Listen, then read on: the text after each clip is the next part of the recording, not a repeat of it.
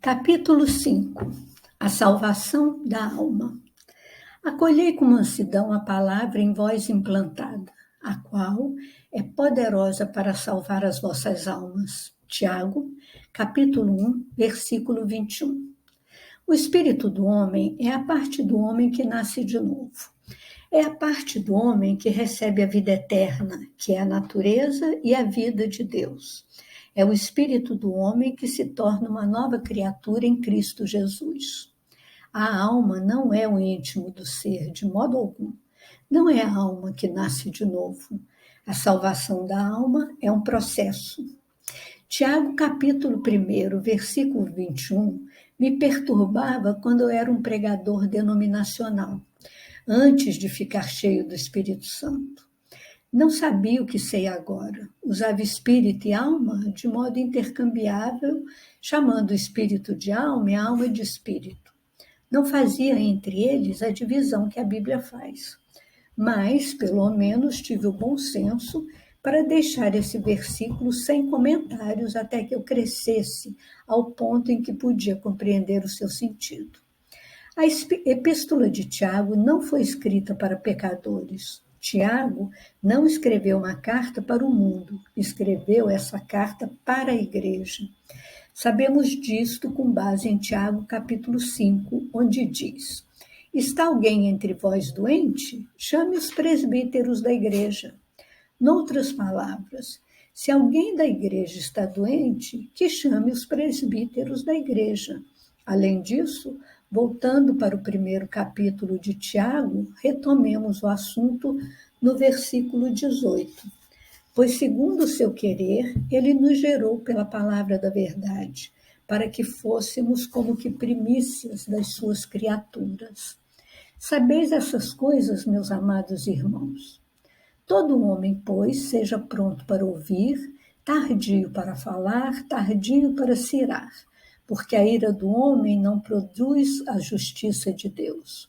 Portanto, despojando-vos de toda impureza e acúmulo de maldade, acolhei com mansidão a palavra em vós implantada, a qual é poderosa para salvar as vossas almas. Tiago, capítulo 1, versículo 18 a 21.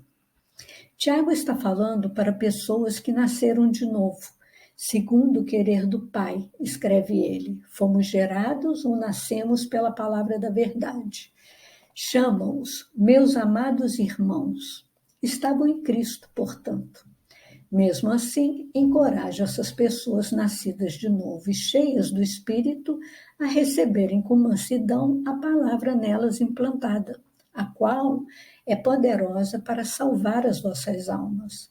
Parece claro que suas almas não eram salvas. Você entende? O espírito do homem, o homem mais interior, o homem verdadeiro, recebe a vida eterna e nasce de novo. Mas seu intelecto e as suas emoções, que compõem a sua alma, ainda precisam ser tratados. Não nasceram de novo, ainda devem ser renovados. Paulo fala da renovação da mente ao escrever para os santos de Roma. E não vos conformeis com este século, mas transformai-vos pela renovação da vossa mente, para que experimenteis qual seja a boa, agradável e perfeita vontade de Deus. Romanos 12, versículo 2. O salmista falou da restauração da alma. Refrigera minha alma. Salmo 23, versículo 3. A palavra hebraica traduzida, restaurar, aqui refrigerar, no Antigo Testamento, e a palavra grega traduzida renovar, no Novo Testamento, significam virtualmente a mesma coisa. A alma, a mente deve ser renovada ou restaurada. Minha mãe me deixou uma cadeira como herança, sendo que ela mesma herdara de sua mãe. Não sei exatamente a idade da cadeira, mas é bem velha. Posso lembrar-me que em tempos idos minha avó mandou restaurá-la. Puseram sobre ela um novo estofamento, envernizaram novamente. Continuou, porém, sendo a mesma cadeira, só que foi restaurada, foi renovada. Nunca foi escrito que Deus restaura o nosso espírito. O nosso espírito torna-se criatura totalmente nova em Cristo Jesus. Nossa alma, no entanto, pode ser renovada ou restaurada. Como?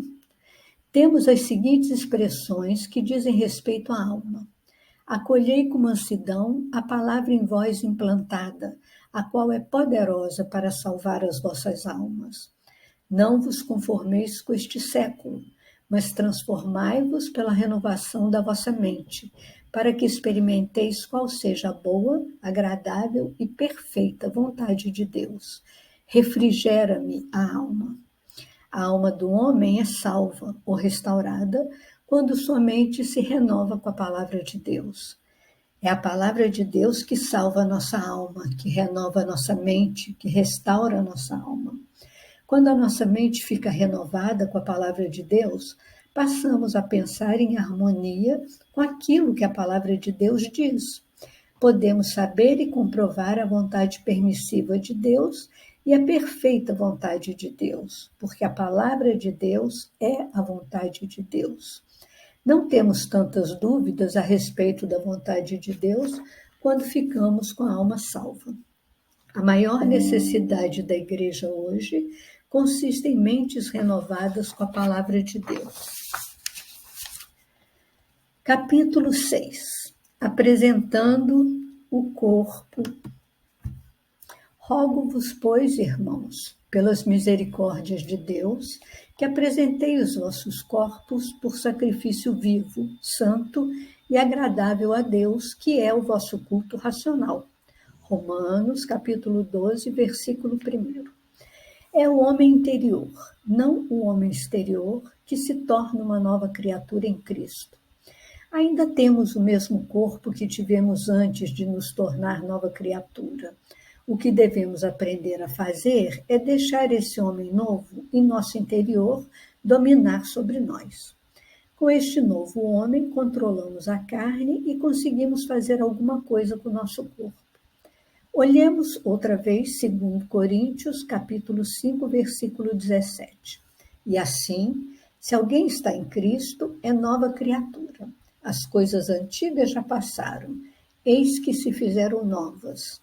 Certa tradução diz: se alguém está em Cristo, há um novo próprio eu. Às vezes, nas igrejas, ouvimos as pessoas falarem morrer para o próprio eu. Não há nenhuma declaração dessa na Bíblia. Não precisamos morrer para o próprio eu, se é que temos que nos tornar um novo próprio eu. O que precisamos fazer é crucificar a carne. Quanto a isto, a Bíblia fala mesmo. Crucificar a carne não é alguma coisa que Deus faz por você, é alguma coisa que você faz por si mesmo. Rogo-vos, pois, irmãos, Paulo escreveu à igreja, pelas misericórdias de Deus, que apresentei os vossos corpos. Quem apresenta os vossos corpos? Você o faz. Quem é você? É o homem no interior, que nasceu de novo e que se tornou uma nova criatura. Você faz alguma coisa com seu corpo. Se você não fizer alguma coisa com ele, nada será feito em tempo algum. Mas esmurro meu corpo e o reduzo à escravidão, para que, tendo pregado a outros, não venha eu mesmo a ser desqualificado. 1 Coríntios, capítulo 9, versículo 27. Aqui, Paulo está falando do fato de que ele faz alguma coisa com seu corpo. Eu esmurro meu corpo, eu o reduzo à escravidão. Quem é esse eu? É o homem verídico, o Paulo verdadeiro. O homem no interior que se tornou nova criatura em Cristo Jesus e que está cheio do Espírito Santo. Eu faço alguma coisa com meu corpo, eu o reduzo à obediência, eu o reduzo à escravidão. Aqui ele sujeitou seu corpo ao homem interior.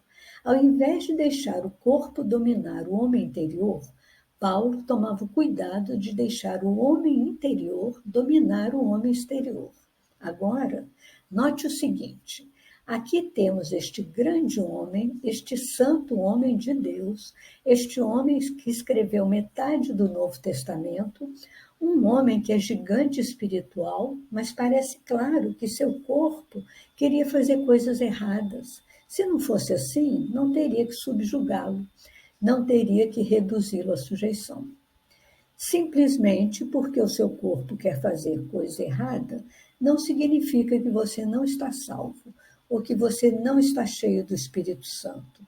Se fosse esse o caso, Paulo não era salvo.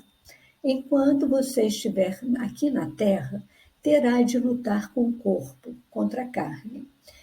Irmão Regan, quero que ore por mim, disse o homem. A propósito de quê? Perguntei. Gosto de saber a propósito de que devorar. Um olhar de seriedade, até mesmo lágrimas, veio ao rosto dele. Quero que ore para que eu nunca mais tenha problemas com o diabo. Disse eu. Quer que eu ore para que você morra? Não quero morrer. Disse eu. A única maneira de você não ter problemas com o diabo é sair dessa vida e passar para o céu. Você terá problemas com o diabo enquanto você permanecer nessa vida. Você terá problemas com a carne enquanto você estiver na carne. Mas bendito seja Deus, você tem os meios, a capacidade e a autoridade que recebeu mediante a palavra de Deus de lidar com o diabo e de lidar com a carne. Paulo não deixava seu corpo dominá-lo. O homem interior, que nasceu de novo e que recebeu a plenitude do Espírito Santo, dominava o homem exterior. Você pode fazer assim.